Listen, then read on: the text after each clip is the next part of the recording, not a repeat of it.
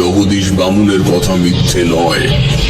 এই বাড়ির উঠোনে পা রাখতেই একটা পেট মুচড়ে দেওয়ার মতো গন্ধ নাকে এসে আঁচড়ে পড়ল। ঠাকুরদার দিকে তাকিয়ে দেখলাম সেও নাক কুঁচকিয়েছে। বিরাট 10টা সিঁড়ি পেরিয়ে উপরে উঠলে মোটা মোটা থাম দেওয়া লম্বা বারান্দা। দূর থেকেই দেখছিলাম সেখানে একজন বৃদ্ধ জরাজীর্ণ লোক আরাম কেদারা সদৃশ চেয়ারে শুয়ে হুঁকো টানছে। আমাদের দেখে অতি কষ্টে মাথা তুলে কিছুক্ষণ আমাদের দিকে তাকিয়ে রইলেন, তারপর বললেন, আপনাকে তো ঠিক চিনতে পারলাম না। আগে আমরা এসেছি রামজয়পুর গ্রাম থেকে। নির্মল কুণ্ডুর সাথে একবার দেখা করা যায় কি? বৃদ্ধ হুঁকোয় আর এক টান দিয়ে কাশতে শুরু করলেন। তারপর নিজেকে সামলে নিয়ে বললেন, নির্মল, অনির্মল, একটু হায় দেখি। আর বলবেন না, আমরা এখন দিন গুনছি। বসুন না, বসুন। আমরা দুটি চেয়ার নিয়ে বসলাম।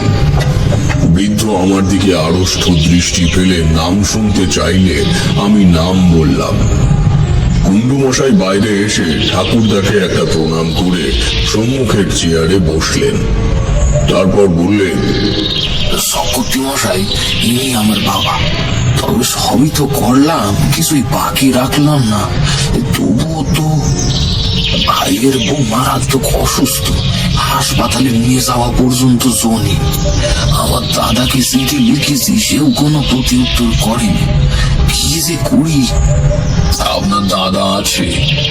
হ্যাঁ, মৃণাল কুণ্ডু। সে তার পরিবার নিয়ে শহরে থাকে। এই তো গৃহপ্রবেশের অনুষ্ঠানে এসেছিল।